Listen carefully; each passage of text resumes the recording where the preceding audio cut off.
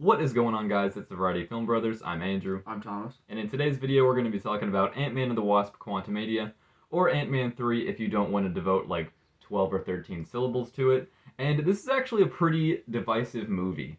Like, there are a lot of fans who are actually really up in arms about this one. And maybe it's because it's actually bad. I don't know. What do you think? I don't know. I think it's better, at least in my opinion. I think it's better than the second one. Just by I think I would agree with that. I think I would agree with that. We're doing our ranking of all the MCU movies very soon, and Ant-Man and the Wasp did not rank very well on that. So I would say that this movie, I would have to go a little bit higher than that. I won't give you guys too many spoilers on my list. But I think this one is somewhere around the middle. Maybe a little bit lower, like the lower middle, I guess. So I don't think it's bad, but like, I'm not very excited to watch it again. I'm usually really excited after I see an MCU movie, even if I don't like it. Like with Thor: Love and Thunder, I wasn't crazy about that movie the first time I saw it. I did like it, but I was actually really excited to like get to watch it again, you know, when it was on streaming, so I could really break it down and appreciate more details about it. But this one, I don't know. This one, it kind of made me sleepy. Mm. Hence the energy drinks. I mean, this film can do that because Andrew's problem was it confused him. I'm really stupid, but like, I wrote it down later on in the list, but I guess we'll go on and talk about it. This movie doesn't really have a whole lot of story. Like, it's kind of just like one event happens, and then as a result, they do the next thing. I mean, like, there's some story there, there's some plot, but it's weird. It's really simple stuff, like, but not in a simplistic way. Like, it's simple stuff, but there are so many elements around it that it kind of becomes cloudy and confusing, and it's like, what are we really doing right now? You know what I mean? Like, I get we have an objective, but like 5 minutes from now we'll have a different objective because 5 minutes ago we had a completely different objective too. So it's like what are we doing here? It's like the main goal and then 25 other exactly. It's kind of like mini quests. Exactly. That's what I was gonna say. Mini quests, like a video game. Before we go on anymore, I made a post just before we started this video saying a little bit about how we're going to change up the formula of our videos from around 30-minute long, heavily edited videos to around 45-minute to an hour long, more podcast-like videos. So it's really just going to be us talking, just us giving our thoughts, not, you know, clips of the movie or anything like that. It's going to be a lot more simple, a lot more straightforward. Really just us having a conversation, and I think it fits the variety discussion name a little bit better. And it also saves me hours of editing. So yeah. So I hope you guys are up for it because it's going to be able to make getting content out a lot easier for us. So expect a lot more very soon. I'll also release our schedule relatively soon as well because I think we know what we're going to do for probably around our next 5 to 10 videos. I think we know what we're going to do. All right, so that was my little PSA. We'll get on to our scores for the movie because we usually do that first. But better late than never. Yeah. So I really have a hard time scoring this movie, and I'm not a person that believes a movie's score is like the most important thing about it. I think you can still give a movie like a 20 and be like, you know, I think there were good things about this movie, you know. But that being said, I give this movie a 62. Now, I know that sounds rough. I know you're like, man, that's a D. That's kind of bad. But like, it's really, there are elements of it that I appreciate, and there are a couple scenes that I have specifically listed here that I do like. But I think there are just a lot of things holding it back. It just didn't have much emotional, like, appeal to me. You know what I mean? There wasn't really a scene that was like, oh, that really hurt, or that really made me happy. I think they were kind of going for that with the scene where Darren dies, but they try to make it so funny. Yeah. They're like, isn't it really funny that we just killed Darren? And I'm like, I didn't even, like, I thought you already did that. Yeah, I thought you did that like 8 years ago. No, listen, he didn't die of a total dick. That's why. Yeah, apparently I'm supposed to care about that. Like, but he did have the most of a character arc out of anyone in this movie, which is a really backhanded compliment. Yeah. All right, so what do you give it? Whenever I first watched it, I would give it an 80. But It's a really fun, like, watching experience, Yeah. even though it made me a little sleepy. There are a lot of really great visuals to hold you over and make for a good first watch. Yeah. But as I overlooked the movie a little bit, I would probably give it a 72. 72. I think that's good. 72. The It's Rotten. just- I'm sorry. Yeah, no problem. It's just I really appreciate the CGI work. Hmm. I really appreciate that. So that's why I give it such a high rating for the CGI. Yeah, like a lot of people are really quick to be like, yeah, there's a lot of CGI in that, therefore it sucks. And it's funny because like I remember reading a review for Attack of the Clones saying there was way too much CGI in that, and look where we are now. Yeah.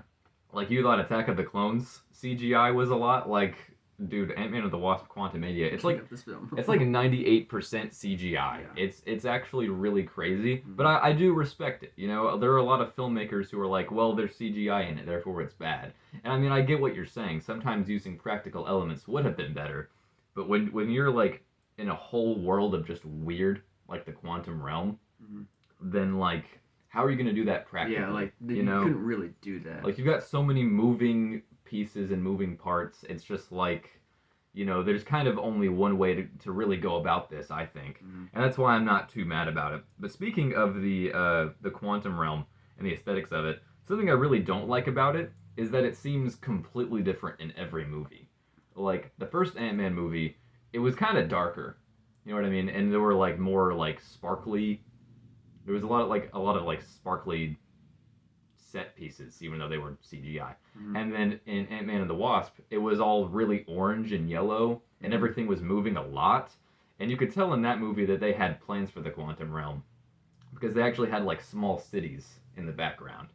And then, like, I was actually like kind of looking forward to seeing more of that. But in this movie, everything is like completely different, and I do appreciate that in a way. Like, it's kind of like Minecraft where you have a bunch of different biomes. So like, I think that's realistic, and I don't want it all to look the same. But I guess I just could use more of an explanation as to why that is. Maybe be more clear with the biomes. We'll just say biomes. You know, like do they have different names? Like are some of them uninhabitable?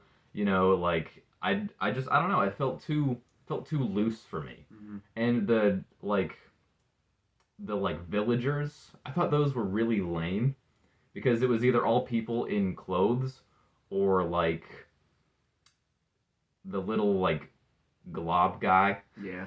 Like it's either like just people in clothes or a completely CG character, and it's like you can do anything here. Like do some makeup work, do some practical effects. We had like the broccoli guy. we have broccoli guy. That's I mean he was done with CG too, Yeah. but I mean it's broccoli guy, so we do have to give him a point for that. Mhm. So the movie opens. I guess we'll try to go through this a little bit, as the movie goes, from beginning to end. Even though I really don't feel like I remember a lot of it. This is kind of one of those movies where like it focuses so much on the visuals, which like we said, are good. Like I do like a lot of the way that a lot of the scenes look, but like it kind of keeps you wrapped up in that moment when there's so much going on the screen, you're not really thinking about what happened 10 minutes ago, even if maybe that was really good. But it opens with this like, well, I guess first off, it starts off with a flashback scene of Janet and Kang, and I thought their relationship in this movie was really underwhelming. Mhm. I thought it would have been really good if they had like maybe a bit of a spark there, because they talk about having like kind of trying to have other relationships with people. Janet and Hank talk about that, and I'm like, that's realistic. I think you're gone from your partner for like 30 years, and I'm glad. I like that they don't immediately get mad about that. Like they were like, it only took you like 13 years before you um decided you didn't love me anymore or something like that. I'm glad they were like, we tried things, but it just didn't work because I really just love you, and I think that's realistic.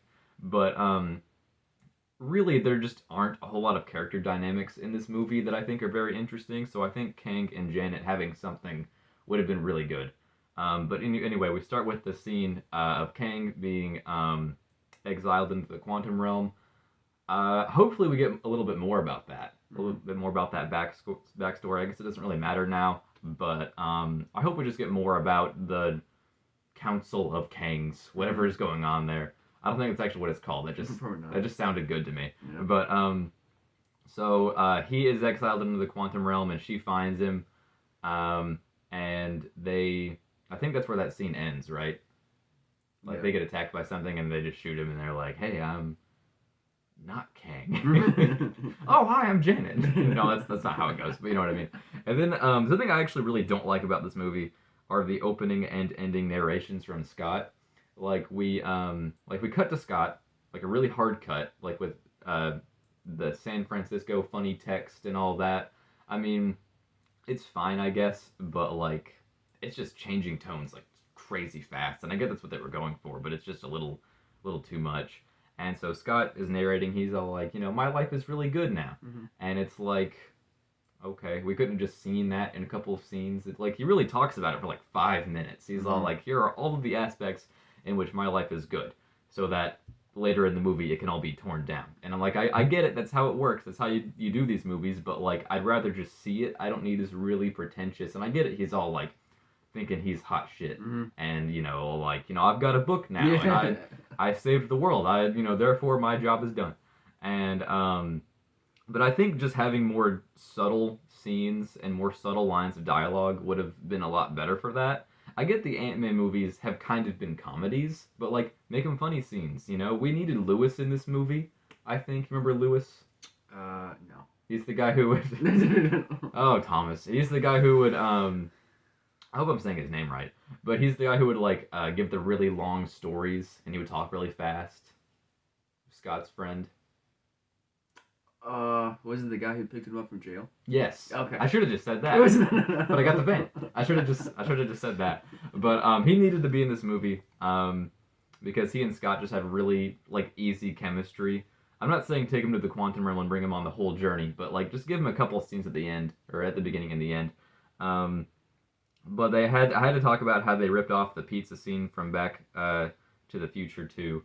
In this movie, it's different. It's like a liquid that they like pour on the pizza, and it turns from small to big. And I guess what they did was they just bought like a microwave personal pan pizza. So I mean, I guess you've got a big pizza now, but it's gonna taste like crap because it's a microwave personal pan pizza. And in Back to the Future too, it was like, I mean, it still sounded horrible then when you really think about it. It was like they rehydrated a pizza. I think like they took a really, like the little bags of dried fruit that we get sometimes. It like they put that in a machine and then like hydrated it, and which I guess means they technically just filled it with water. So it's like a big water balloon that looks like a pizza. So that sounds horrible. Yeah, either way, point of the movie, I guess, lesson of the movie is just buy your pizza or just make it, preferably. They have the money to, so I don't know. Yeah, they're not exactly poor, but so and then I think, is it before that Cassie gets that Scott gets Cassie out of jail? Yeah, I think it's right before that, but they turn Cassie into like this really generic like, I know what's better for the world than everybody else does, so I'm gonna like vandalize things and say that threaten the cop and say that it's making the world better. And I get it. I mean, like, they're trying to give Cassie some edge because she's older now. Speaking of her age, I don't think they lined the ages up correctly. Did they say what her age was in this movie? Like, seriously, tell us down in the comments because I forgot. But the actress is about 23 or 24, I think. And I'm pretty sure this movie takes place in 2025. And Ant-Man took place in 2015. And she said she was 6 years old when she was attacked by Yellow Jacket, meaning she was 6 years old in 2015. That means she would have to be 16 now. Does that line up right? Was she in high school? There weren't any scenes of her in high school. Is she homeschooled? Is she just super smart? Like what? I don't know. I feel like I needed more explanation with that. And she also apparently made her own suit in addition to the quantum realm beacon. And I don't know how I feel about that because, like, I mean, I guess you could say Hank helped her. I know he said he did, but we don't really know how much. So I don't know how much this is supposed to be, like, her doing or Hank's doing. Because, like, I do agree they also made Shuri a little bit, like, too smart. But at least she has the resources to make that, like plausible. You know what I mean? Like, she's surrounded by vibranium, and she's got her own lab and everything. Whereas, like, Cassie's got, like, some metal, I guess. And parts from her basement. So, like, I guess I would have just liked to get a little bit more about that. But speaking on the suits real quick, I do like the way the suits look. All three suits, I'm totally fine with how those look. I don't like that they're nanotech. I think that I didn't even really like it when Tony Stark had a nanotech suit. My favorite Iron Man suit is the suitcase suit from Iron Man 2. I feel like it's that just beautiful middle ground between having to put on all the pieces individually and and on the other side of the spectrum, the nanotech. I feel like it's this perfect, you know, in the middle where it's like still portable, but it's not like unbelievably like too easy, you know? Mhm. And at this point it just feels like a ripoff of, Iron Man's nanotech and I don't know, it doesn't really fit the Ant-Man like aesthetic to me, the nanotech. I mean, I wish like I guess you could like say that maybe that's the only way they would have had their suits on them when they were sucked into the quantum realm because they wouldn't have had time to like go and change real quick. But I mean, I feel like you could write around that fairly easy if you really wanted to. But so then after they have their after Scott gets Cassie out of jail and they have their pizza, their chemically altered pizza. Then I think that's right when they go down to the basement and get sucked into the quantum realm because Cassie knows how to do that. Like I don't know if the machine itself was able to send them into the quantum realm or if it was like something that Kang did. I guess it was the machine itself because like later on they just like push the portal button on the machine, and we'll get to that because I really don't like that. But so I guess it's completely the machine. I don't know. I think the machine was just for a signal, because I think that they were just trying to visualize, like where They were Janet trying to was. they were trying to make a map of the quantum realm. Yeah, and then Kang hijacked it. See, that's That what way I thought. They sent it. That's what I thought at first. But at the very end of the movie, they push a button and it like turns the portal back on. Maybe Cassie still had some of the Kang powers that he used on them to reverse that, and so then they can send a portal back. Maybe that could very well be likely, but again, it wasn't explained very well. Yeah. So that's why I had to take some of the points off. And so one of the first things that happens is I guess Scott and Cassie get abducted by the villagers or whatever. I don't know if that's what they're really called. I'm just gonna call them villagers because I've been playing a lot of Minecraft and they have a village, so I feel like that's not totally wrong.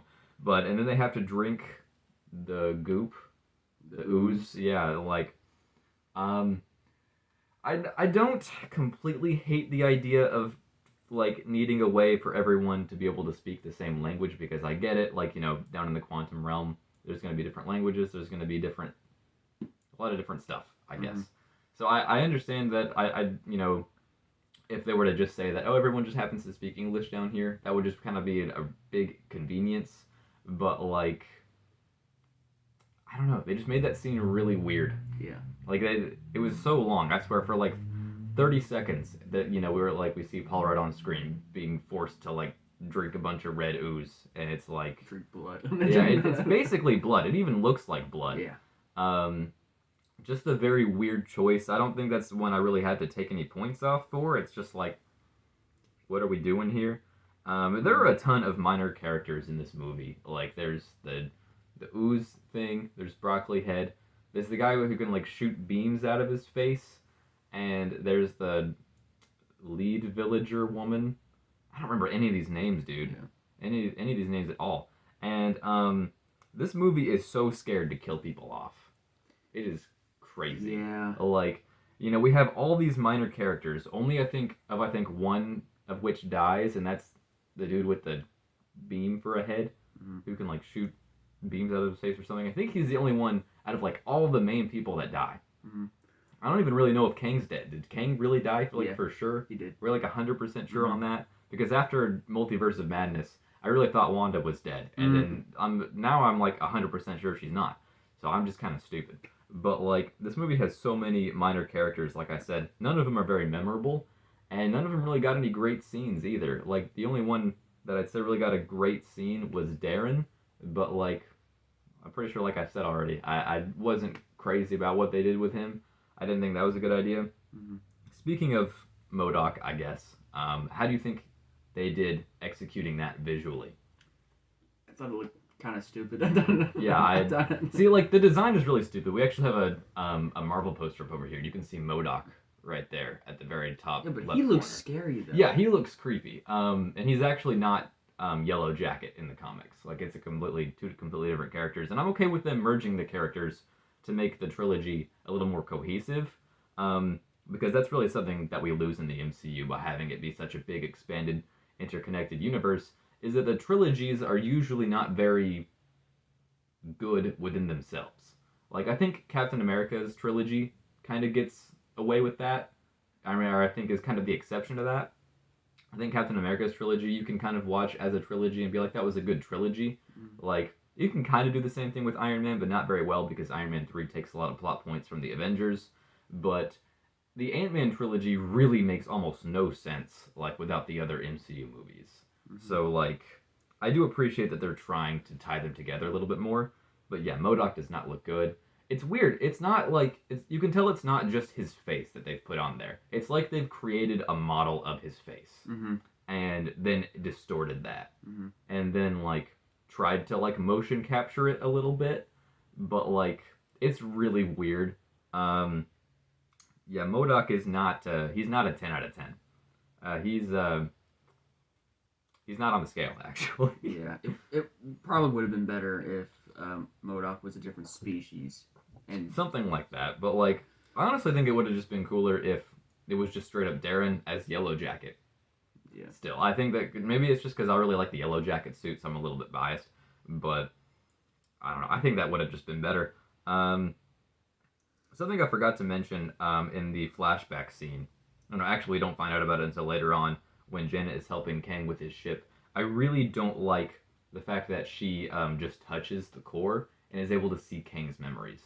That doesn't make any sense. That is super convenient. Yeah, like it's kind of weird how their tech is is like nano mind thing. Like, why would it be? It's a time machine. If it was like a machine that saw your memories from any time, sure, that still doesn't make sense. But like, there's at least something there. But if it's like an interdimensional machine, isn't there like a bigger chance that like if you touched it while it was on, you'd like accidentally get sent to a different multiverse or dimension or something? Like, why would you see Kang's memories? How are Kang's memories connected to the ship? It is just way too convenient. And like, I think it would have been better, honestly, if we would have just gotten a scene where like I proposed, where Janet and Kang are kind of a thing, or maybe Kang has a thing for Janet, but Janet's like, I still love Hank. I'm sorry.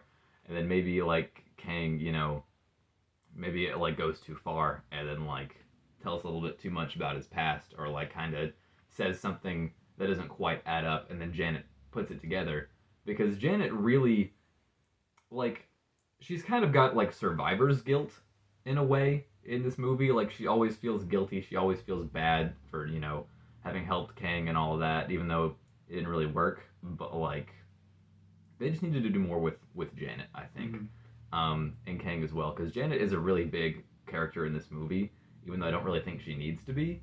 And there are a lot of scenes with her that I don't think are very good. I don't like the scene where she stabs the guy and that's how you ask for a ride. Yeah. I thought that was just, like, I get what they're going for. It's, like, silly stuff. And I know the Ant-Man movies are supposed to be silly, but, like...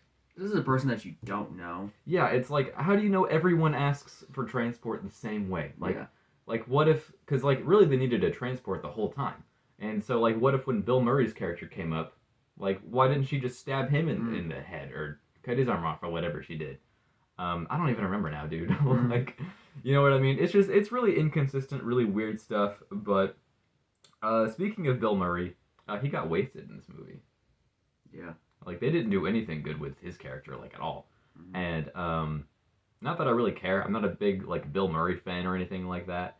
I'm not over here like, oh, look at how they massacred my boy, or anything like that. Ghostbusters. But like, yeah, I could see where some people would be mad about that. Another thing that I really don't like, I promise I'll try to get to the positive stuff soon. I don't even think we're really going through the events of the movie anymore, because it's just it all blends together. When all the visuals kind of look the same, it's really hard to lose your point in the narrative. So I'm just going to kind of go by my notes, and we'll do the same for you, I guess. But another thing I really don't like is that after Kang has Scott and Cassie captured, he just, like, uses the Force on them. He just, like, uses the Force to, like, bring them into the shield or whatever, and then against the wall. It's all just super overdone stuff. It's like, I get it, he's imposing, but honestly, I would rather him just open the cell door and calmly just Mm-hmm. like slam Scott against the wall and be like, you know, if you don't want me to do the same thing to Cassie, you'll do what I say. Mm-hmm. You know, something like that. I don't need the yeah, like what are the plans? You know what I mean? Like it's too much. Like You turned her against me. yeah. It's too much. It's like, you know, and there are a lot of kind of Star Wars parallels with this movie, like with Kang's Empire, which it doesn't even say how he got, really. I don't think it ever like says how he built himself up so high from because he had nothing when he was with Janet. And again, that could have been kind of nice. Like he Mm. could have been like, you know, I didn't need all this when I had you, Janet, and now I didn't have you, so I had to build this empire. So you should feel bad. Because I'm not trying to say we should have made Kang a good person. Mm-hmm. You know, I think it just makes characters more compelling when they can love, and I don't even feel like Kang can love. You know what I mean? Mm-hmm. It's just like he's too far removed from like an actual person. You know, so it just would have been better, I think, to see some more realistic stuff with him and better choreography with him as well. Because one of my favorite scenes, we'll just go on and get to it, is when he's just beating the crap out of Scott. Like I really thought Scott might die. I know that's because I'm an idiot. I know I shouldn't have been thinking that. But like I really thought, oh my God, Scott is getting his face punched in. He could die. Yeah. And that was the only time in this movie where I actually really felt like there were some stakes. Mm-hmm. Like I was into the movie. Don't get me wrong, but I was actually like kind of on the edge of my seat a little bit. I was like, ooh, Scott might die. Mm-hmm. And I don't hate Scott. I don't hate Paul Rudd. I love Paul Rudd. I actually didn't want this to be his last MCU movie. But I think someone should have died. You have a lot of characters here. You've got Scott, Hope, Janet, Hank, Cassie, and then all the minor characters. And it's like, how many of these people are really going to be useful in the MCU going forward? Mm-hmm. Because the MCU, especially in Phase 4, has introduced so many new characters. And it's like, we can't keep all these people on. You know what I mean? Like why not, you know, get rid of some of the old ones, put in some of the new ones, both at a reasonable pace. And I think that's how you keep this universe going. You don't just keep the same people on for way too long. Because, like, as sad as I was when, you know, Tony died, I think that was a good move, actually. You know, I mean, I felt like I wasn't ready at the time, Mm-hmm. you know. But now I'm like, you know, like, we had some really good Iron Man movies. And we had, you know, the Avengers movies that he was in, you know. He had a lot of good appearances. And now, and we got a really good death. And that made Endgame better, even though Endgame has some problems. His death made it better. Mm-hmm. And, you know, I think you keep doing that as you're introducing new characters, and then you don't let them live for too long, Mm-hmm. and then maybe kill some off a little quicker than you might think, really keep people invested, because that's what's so great about having so many characters. Not just in this cast, but like the whole MCU, is you can kill people off like crazy. Mm-hmm. And that is such an easy way to keep people invested, because then you're like, oh my God, who's gonna die next? Like that's what makes Infinity War so good. Is it starts off with 2 deaths, like in the first 5 minutes. And the Wanda thing, how Wanda killed off the Fantastic Four. Yeah, exactly. Like, and those deaths didn't even really matter, Mm-hmm. but they helped raise the stakes. Yeah. You know, it's like, oh God, like this is kind of getting serious. But this movie, and maybe it's because they just wanted to keep that lighthearted tone. Maybe they actually do have plans for Hank and Janet and Hope. I don't think they do. I mean, this is Ant-Man's 3rd movie. This is usually where they would stop. The only one to break that formula so far is Thor. And I mean, obviously Spider-Man's going to have more, because, like, that's Spider-Man. They're going to milk that for, like, the rest of eternity. Yeah. But, like, how many more Ant-Man movies are you realistically going to do? You know, not 5, not 6. Like, do we need Hank anymore? Do we need Janet anymore? Like, I don't know. I could see keeping Cassie on. I can see maybe keeping Scott and Hope on, but, like, Hank and Janet, they're pretty old, dude. I'm pretty sure they're gonna die at the next 2 films. Either not the next one or probably the next one. See, I don't even know what the next movies they're going to be in are, though. You know what I mean? That's why you gotta, like, get these chances to kill people off while you still can. Yeah.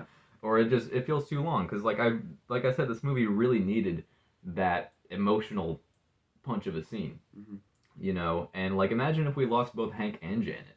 Like, Janet around the middle and then Hank later on, or the other way around, you know? Like, such an easy way to keep people invested, and it's going to have that emotional impact. And, like, for some reason, Cassie calls Hank, like, grandpa or something like that, I think, at some point in the movie. And that was weird.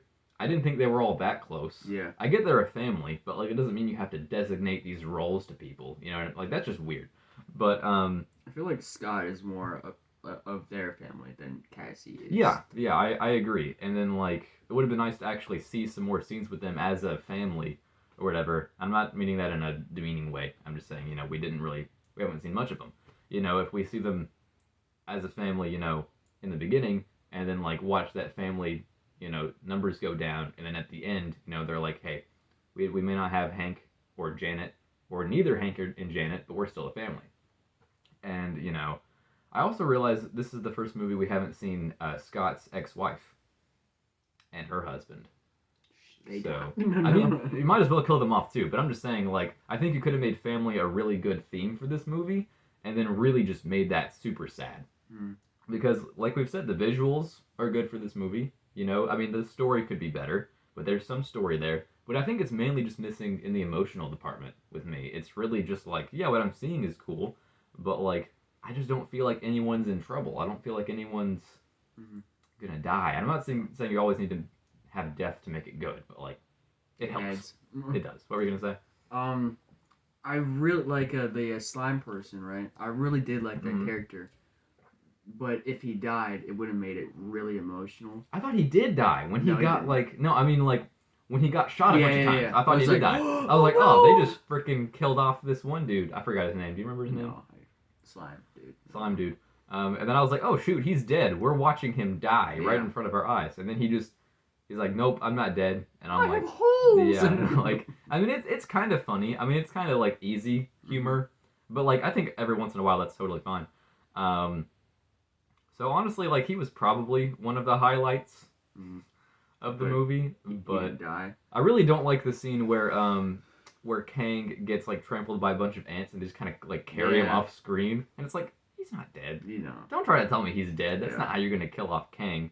Really, I don't even think Kang should have died in this movie, and that's kind of something that they're getting into with the next Avengers movie, the Kang Dynasty. And I really hope that they make that movie very good.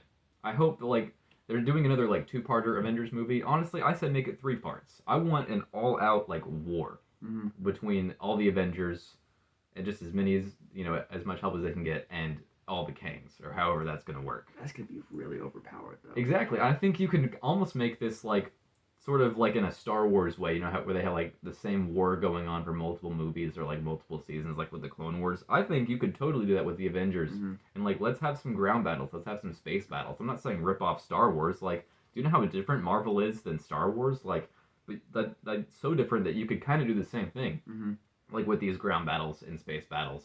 Because like you've got Captain Marvel and so many other characters who can fly in space. So you don't need to just copy Star Wars as like ship battles, and you've got so many unique characters on the ground that, the ground battles aren't going to look anything like they are in Star Wars. Like Thor. Yeah, like remember back to Thor in Infinity War, like that ground battle at Wakanda was awesome. Like, let's see some more of that. I don't think that's what they'll do. I have a very strong feeling that's not what they're going to do. I feel like it's going to be very similar to like the 2-part structure of Infinity War and Endgame. I think they're going to lose the next Avengers movie, and they're just going to pick it right back up at the next one. But like, I think we should have some like serious casualties in these next Avengers movies. Like, keep people, like, we've kept so many people on who just haven't done anything. And even though they're characters that I love, like Hulk, Rhodey, all the ones that are like still from Phase 1, that just haven't done anything in years. Let them go. Let them go. Like Hawkeye. How has Hawkeye lived this long, dude? Nobody thought Hawkeye was going to live this long. He survived the snap, too, just so you know that. He did. All right, so we've gotten a little bit off track. So let's, I've already went over everything on my list. What have you got? I wrote down, why are these, like, quantum worlds so more important than the ones, like, in the real, like, bigger world? Like, if like really messed up stuff happened in the quantum realm, how is that going to affect the actual like bigger world? That's kind of another thing. Is that the stakes, they're kind of just non-existent because really nothing that happens in the quantum realm matters in the real world, and that's like why Kang's trying to get out. Yeah. And it just lowers the stakes even more, but like not in a very interesting way. It's weird. The stakes are so big, but also non-existent at the same time. It's like, yeah, the whole quantum realm could explode, but like it doesn't change anything at the same time. It's so weird. Only a Marvel movie could figure out how to do that. I'm not trying to be super mean to this movie. It's just like, again, how did you do that? Like the average person in the real world is not going to be like, oh no, my coffee spilled. That must be the quantum. Yeah, the quantum realm spilled my coffee. Oh no. Yeah. 13 million people died because of my spilled coffee.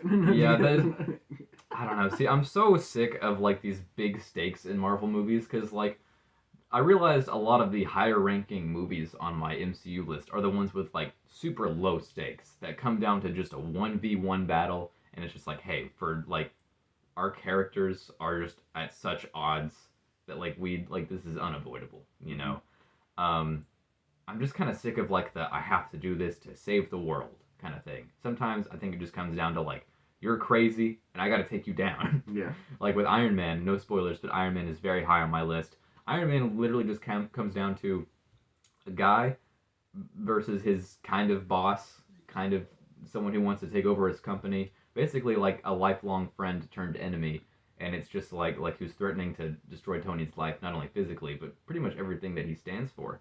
And, it literally just came down to that 1v1, and God, I love that movie. The final fight, that is one of the weaker parts of that movie, I think, but it still works, and it's super simple. Like, compare that to what we have now. Insanity. It's just insanity. But it's really just the lack of story and the lack of character development that makes it suffer. Like, I could deal with all the extra stuff if it was just that, if it just had that character development, those character arcs and dynamics to kind of keep it concise, I think. What else you got? So I put the Tron music because... Yeah, the soundtrack is actually super forgettable, but there is one soundtrack that sounded just like the Tron reboot movie. And that's not a bad thing. That's a good thing. Yeah. I love that movie. We're oh my god, we're probably gonna have to talk about that at some point. Yeah, since we're switching to a more podcast-like format, you guys are gonna have to hear us stumble over ourselves a lot because we just don't know how to talk. I also put that Kang wasn't really in the wrong. See, I don't know what Kang wants other than to like kill everybody. Yeah, he just wants to conquer things. So I would say he's in the wrong. I don't know, like he was trying to fix the timelines that the Loki variants killed, right? Because I think so, something like that. I forgot her name, but like the person who Sylvie. Yeah, the person who stabbed one of the variants made the timelines like break. So I think Kang was trying to fix that in some way. Maybe. I think they'll probably get more onto that in the next time whenever we see the Kang variants. We'll find out more about his motivation and really their motivation, because they all seem to want something, and I don't really know what it is. Because they made Kang, like this Kang, out to be like the bad guy, but they don't seem much better. So I don't really know what's going on. Yeah.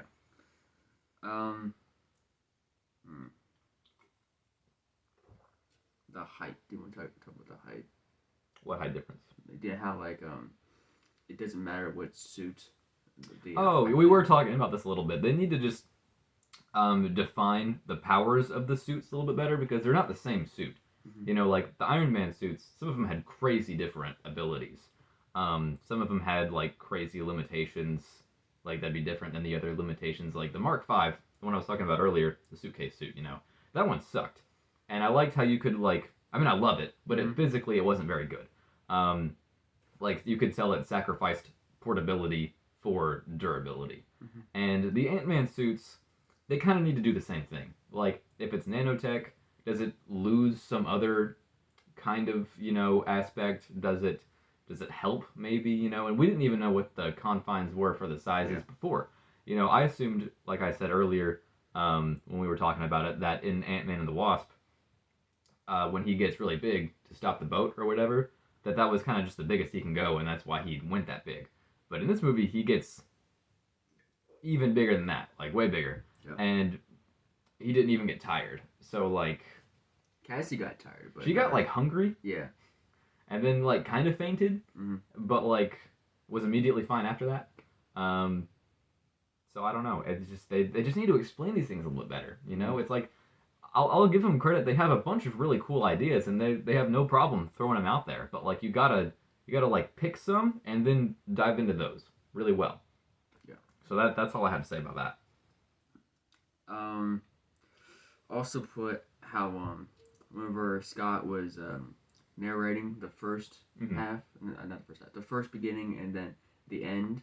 I do like how Scott was like rethinking about his decision. I agree with that. Like I don't like the way they did it. I don't really like that they made it as a joke, but I do like that it hits him like maybe this isn't over. Yeah. And then like again they kind of play it for a joke. Like he's freaking out and like everybody's like looking at him weird. And they kind of play it for a joke. I would have preferred a much more like somber moment and at the very end, like right before the credits play, like maybe that's when he starts to feel off because it ends on a joke. This movie ends on a really unfunny joke. Remember he tries the cake and it's like really bad. Yeah. Like the movie ends with Scott literally just eating a piece of cake and he's like, it's not very good. Yeah. And then credits and it's like, that was the best you had. Like I overthought that. Like I thought there was something wrong in the cake that somehow Kang made it terrible. So, and Kang's in the cake. And I'm just like, did Kang do something wrong with the cake? There's a cake Kang variant, and they just ate him. But yeah, that would be good if Scott was like, wait, I just killed someone who knew exactly how time would end. Credits. You know, like, yeah, exactly. Like something because the post-credit scenes are really important. So I think kind of like leading that into those credit scenes with a more serious moment would have just been a better way to end the movie. Because the credit scenes, we'll talk about that, and then I think we'll wrap up the video. They're both pretty good, I would say. I mean, I think some of the Kang outfits were a little goofy. You had like an Egyptian, like pharaoh one. I don't know what's going on with that. I'm sure it's comic stuff that a lot of people are really happy to see, but I don't know next to anything about the comics. So I was just kind of like, that's weird. But the cyborg one. But yeah, I mean, like I said, provided they execute the Kang Dynasty, which is the next Avengers movie, provided they execute that right and really take some time with this story and these characters, and again, make some sacrifices, Marvel. You got to let some of these people go. Aren't they getting expensive anyway? Like, the longer they keep people on, the more they got to pay them. So you'd think they'd be killing people off like every other movie. But yeah, so as long as they execute that, I'm fine with seeing some weird Kangs. Like, that's fine. But they could just, again, make it all a big joke. And that's what I'm worried for, because Marvel likes their jokes. And I like my jokes too, but, like, I don't think we like the same ratio of jokes. Like, if the movie starts with, like, Pharaoh Kang just, like, taking his, like, stick and, like, he just throws it, and it, like, kills Hawkeye, like, I don't know, maybe that'd be good, actually. Like, it just bonks him on the head. Or, like, bonk noise. or, yeah, like, maybe he throws it at Hawkeye and it just kind of, like, hits him in the chest and bounces off, and then Hawkeye shoots him in the face. Then I'm gonna be like, we're in for a movie. But, yeah, so, like I said, provided they take it seriously, I'm gonna be all for it. It's a little bit weird of a concept, a little bit weird of an idea, to kind of have one person's variance be a total, like, army. I think it's interesting. I think you can do things with that, but they're gonna have to try. Yeah. And then the last credit scene is kind of setting up for Loki season 2, which I'm super excited for, because the Loki first season, I'll give a little bit of a spoiler for this for my list. It's in my top 10. So I really enjoyed it. And I just, so I think making a credit scene for this movie leading into that was a fantastic idea, because a lot of the credit scenes as of late have not been very good, in my opinion. Like, I'll be really excited to see something that's really important for the future of the MCU, and it'll just be something really small, like Thor Love and Thunder introduced Hercules, I think was his name, in the post-credit scene, and I'm just like, I don't care about that. I don't care about that at all. So these were good. These were better. Yeah. I really liked seeing Loki for a minute, really liked seeing Mobius for a minute. That was cool. So, yeah, honestly, the best part of this movie were probably the post-credit scenes. Yeah. So, yeah, overall, I think a 62 is where I sit pretty comfortably with my score. Maybe that'll improve over time. Like, Love and Thunder really soured for me. I walked out of it and I was like, that's probably like an 80 movie. But as I sat on it and thought about it more, I'm like, I'm not really crazy about it. Yeah. It's not my least favorite like some people, but you know, we'll see how this movie ages because I think it's going to be interesting. You said it's your favorite of the three, right? I don't know. Like 1 and 3, I'm kind of. Yeah, I kind of agree. They're just so different. Yeah. Like one and like two, I think we can both agree is easily the worst. Um, we'll talk about that movie when we get to it, but in short, I don't like that movie. But yeah, like one is so simple and this one is so complex. Yeah. It's so hard to compare them. But they are probably around the same spot on my list. So we'll have to think about that more and get that ironed out when we do our lists. Yeah. All right, I think that covers about everything. Anything you wanted to say? I think I'm good. All right, so I guess that's going to be the video. Let us know what you guys think about this new podcast-like style, because it basically is just a podcast at this point, and I'm actually totally up for that. I actually prefer this a lot more. It feels a lot more like a discussion instead of just like editing, trying to like make us more funny than we actually are. Yeah. So, and also, it made editing super risky because I remember for the Attack of the Clones video and for the Incredible Hulk video, we got our videos taken down at first, and I had to go in and do a bunch of re-editing to make it work, and that's why if you go back and watch our Attack of the Clones video, there's sand over the sand scene. That wasn't just an editorial artistic choice, that was because we had to. So I actually really dig just taking things a lot more simple and slow, and it's going to be a lot easier to get more content out that way because we're slacking, dude. Yeah. I didn't mean for us to take like a 5-month break, but here we are. So we will, I guess just giving you a preview of our schedule. I'll have it actually posted later on, but we're basically going to do a few more MCU movies. Our next one's going to be our MCU movie ranking movie, so look forward to that. I know I am. I already have mine pretty much done. Thomas needs to work on his, and I'm very excited to see how much we agree and disagree on. And then after that, we're going to stick with a few more Marvel movies, probably just 2 or 3, and then we're going to go back to Star Wars for a little bit, and then we'll throw a random 1 or 2 in the mix. Like I said, I'll have that schedule posted probably sometime this week.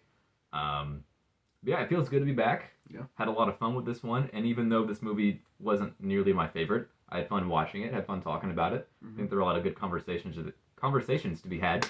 Jesus. I think that's going to wrap us up. All right, thank you guys so much for watching. Be sure to like, comment, and subscribe if you enjoyed the review or you just want to share some thoughts about the movie yourself. And we'll see you at the next one. Peace.